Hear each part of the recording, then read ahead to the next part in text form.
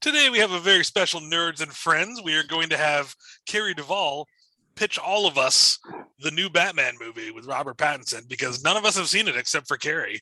So we're going to do a spoiler-free review / pitch, and I'm very excited. Let's jump right in. Yes. Okay. So ground rules. I'm going to not spoil this. I'm going to pitch this like we're all going to go see this movie together, and why you guys should want to watch this for me. And if I had to say this in short, as a fan of most incarnations of Batman, including the Schumacher films, as sacrilegious as it is, those are some atrocious movies that are still fun in their own right. And I'm not going to bite your tongue. Yeah. As an enjoyer to a certain extent of the Nolan films and how those went, I'm going to say that my first pitch to you is everything that made the gritty darkness of the Nolan films engaging, but in addition, it feels like a detective comic story. So, and I'll expand on that. All right. The Christopher Nolan Batman movie felt specifically like old school superhero flicks, in that they existed in the vacuum of, this is the only superhero that exists in this world, much like the Tobey Maguire Spider-Man movies. Yes. That is what, at least to me, the Nolan-verse Batman movies felt like. This movie, even though it is still very grounded, it's an early Batman within the first, it's the first 2 years of him being Batman. Robert Pattinson is playing a very Kurt Cobain-inspired Batman. He's much more brooding. He's very serious. There's a little bit of tongue-in-cheek in like a really good way that kind of like calls back to kind of the way Michael Keaton played him in a really good way. But what you get to see is something that feels like it could be a wider comic book verse. For my gamer friends, this actually had the feeling, in a way, of the Arkham Asylum video games, in the tone, not the grandiosity. So I will take questions at this point, or would you like me to go to like the way I felt through the movie? Because like I do have something on that, but at this point, pause. Does anybody have any like specific questions? Not that I can think of. No, it's I think we all know Batman. Okay, so jumping off point. Okay, this movie is not going to be a surprise to anybody who does know Batman. Okay, like whether you're a moviegoer or you're a comic book person. If you are a fan of The Long Halloween, if you are a fan of Batman Year One, or oh shit, is it Mark or Frank Miller? Frank Miller's Dark Knight Returns. Yeah, I believe so. If you know Frank Miller Batman, if you know Batman Year One, you're not going to get anything like that's like terribly unfamiliar. It's not a radical take on the Batman. What it is it does very well marry the gothic, shadowy aesthetic of kind of a Tim Burton film. Like there's very much inspirations of that. It very much keeps the motif with like I said before, a grunge attitude. And the reason I say that is because Matt Reeves, the director, did say that his version of Batman was inspired by Kurt Cobain. Throughout this movie, you get to see him, and it's very much Batman playing the hits. He faces off against mobsters. He's hunting a serial killer version of the Riddler this whole time, who is leaving jigsaw-esque clues throughout Gotham, and it does lead to like a point. There are some extremely well done, tense thriller scenes in this. It is it is a little bit of Seven, and it's a little bit of I'm trying to think of something outside of Batman Begins, but it's very much Batman Begins. And it's a big, like, it's a big overarching mystery. And here's the one, like, I'm of two minds on this.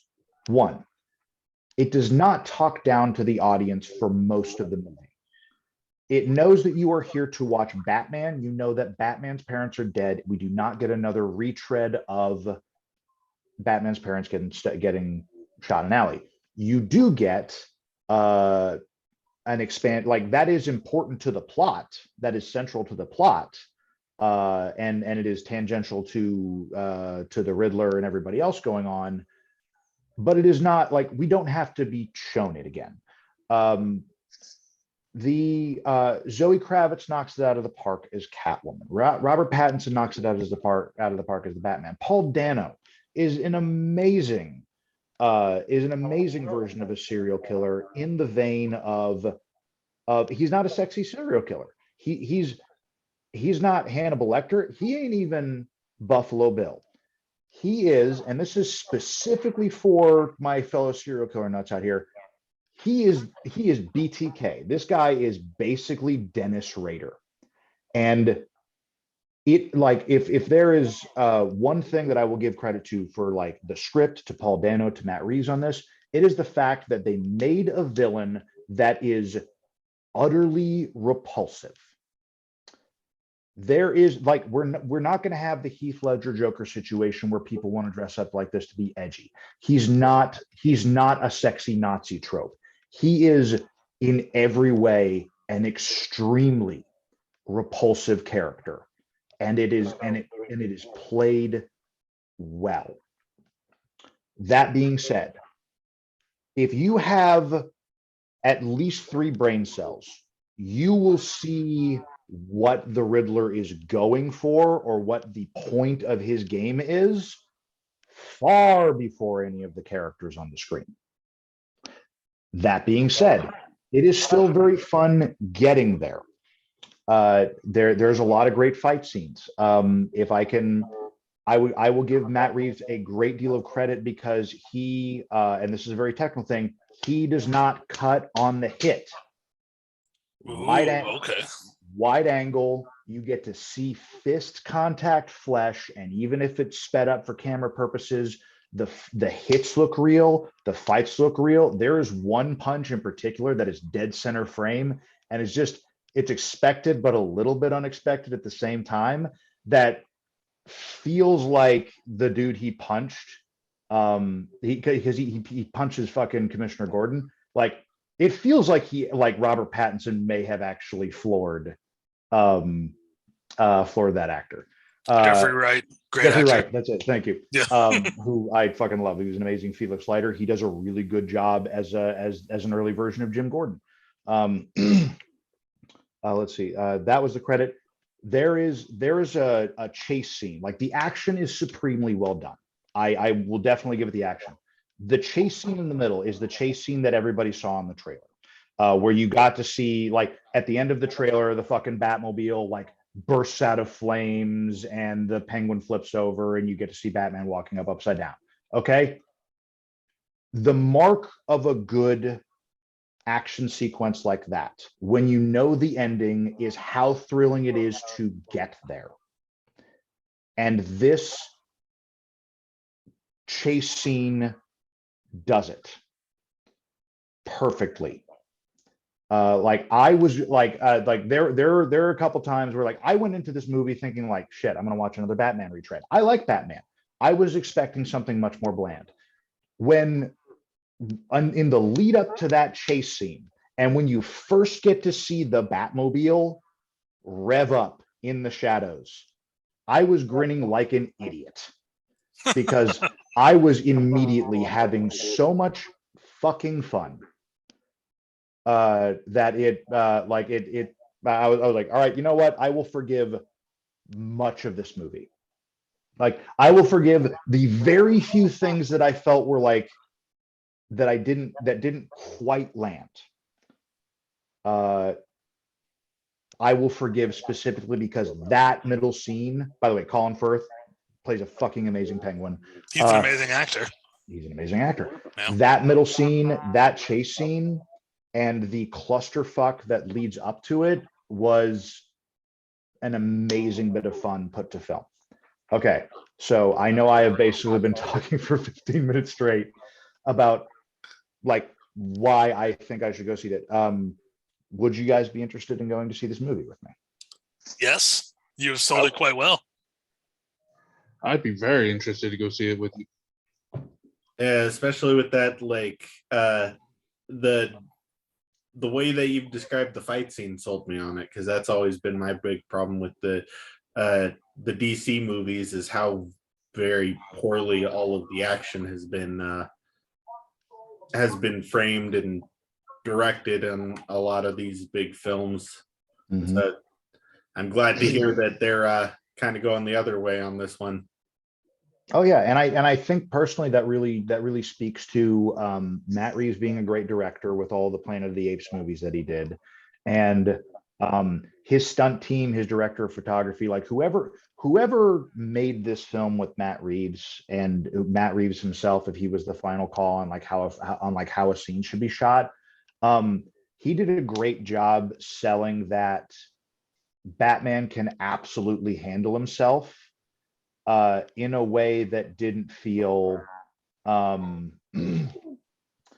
he didn't feel superhuman in the way that the characters did in the Watchmen movie, the Zack Snyder version, like which I know was one of the big criticisms between the comic and the movie, because the movie made them these hyper competent, super well fighting, like they basically had superpowers, but they were normal people in the Snyderverse. Like, it actually feels the way they put together the action and the way that Robert Pattinson plays the action, that he gets hurt, which is excellent.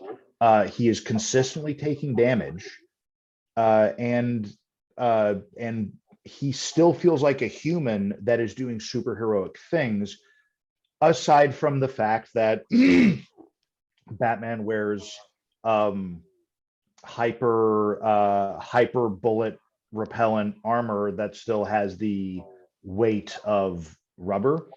Like, there Can't beat that like, trope though, you know. you can't beat that trope. It's kind of like the good guy always walks away from explosions thing. There are a couple scenes where like Carey, who has been through catastrophic injury, was like, "You're not walking away from that one, Bruce."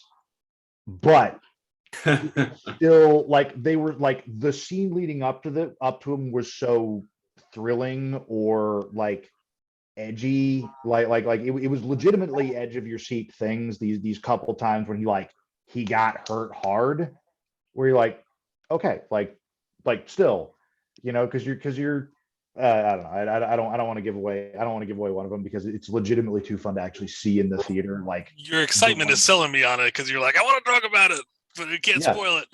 And that's the thing. I do want to talk about so much of this movie, but there are things that are that actually would be spoilers. But I do think this is a movie, even though, like I said, it does stumble a bit at the ending, and I think it's because it shoehorns for a sequel. Not that it's done in a bad way, but it's done in a too long way. It is like, as I said before, before we started recording, the last 10 minutes of this movie made it feel like a 3-hour movie.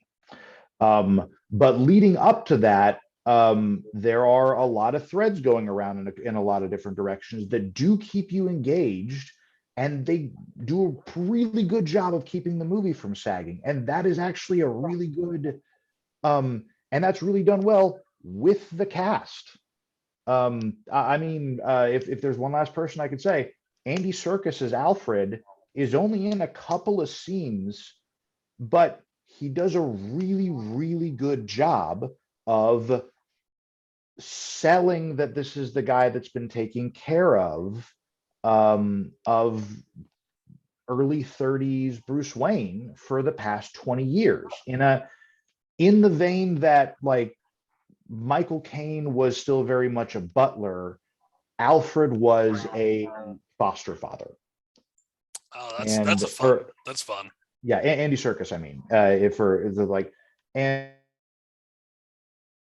and the screen time between each of these actors and each of their performances is given enough time to hit, show some personality, and spread out the story. So, and again, I'm going into like the very few things I know about film and why I was just like, it's not a story that's going to surprise you. The cast knocks it out of the fucking park. The tension is great. The story all the way up to the finale is fun. It's a little bit too long. There's a couple of scenes that don't quite work because there had to be a lot riding on them, but overall, a good time. So if you had to give it a score out of 10, where would Carey put the Batman? Carey would put that at about let's call it an 8. That's high praise. Mm-hmm. That's high praise. And high So we foot. just got banned from Twitch now. Yeah, right. Son of a bitch. What do you mean I can't show my feet on Twitch? Yeah. So my nerdy. Hey, now Tarantino's gonna like our podcast though, so there you go. Hey. I just had do you remember that old Capri Sun commercial where it was like two guys with like faces painted on their stomachs and they were just kind of like nodding up and down like the stomachs were talking? I just had that thought, but it's like our podcast and it's just like our feet on camera and we're just like, it's like, so I really liked the Batman. Like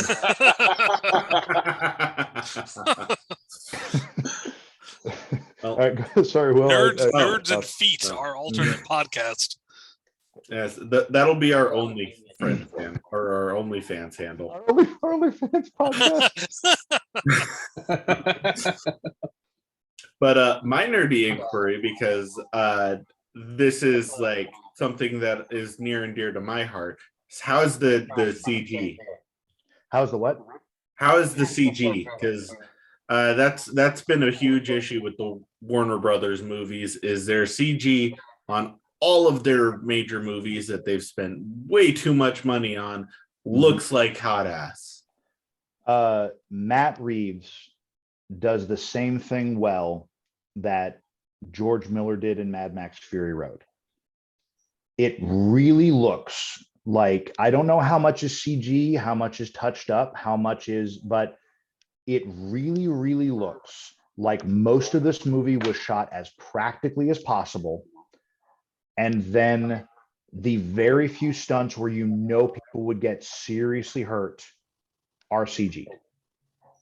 But they are done sparingly and as a shot transition and not given the full framing of even like a theater screen where it would ruin it. So I will say, as far as the CG goes, they did it very well. Yeah, I think you said the magic word there of I can't tell how much of this is CG. Yep. There you go.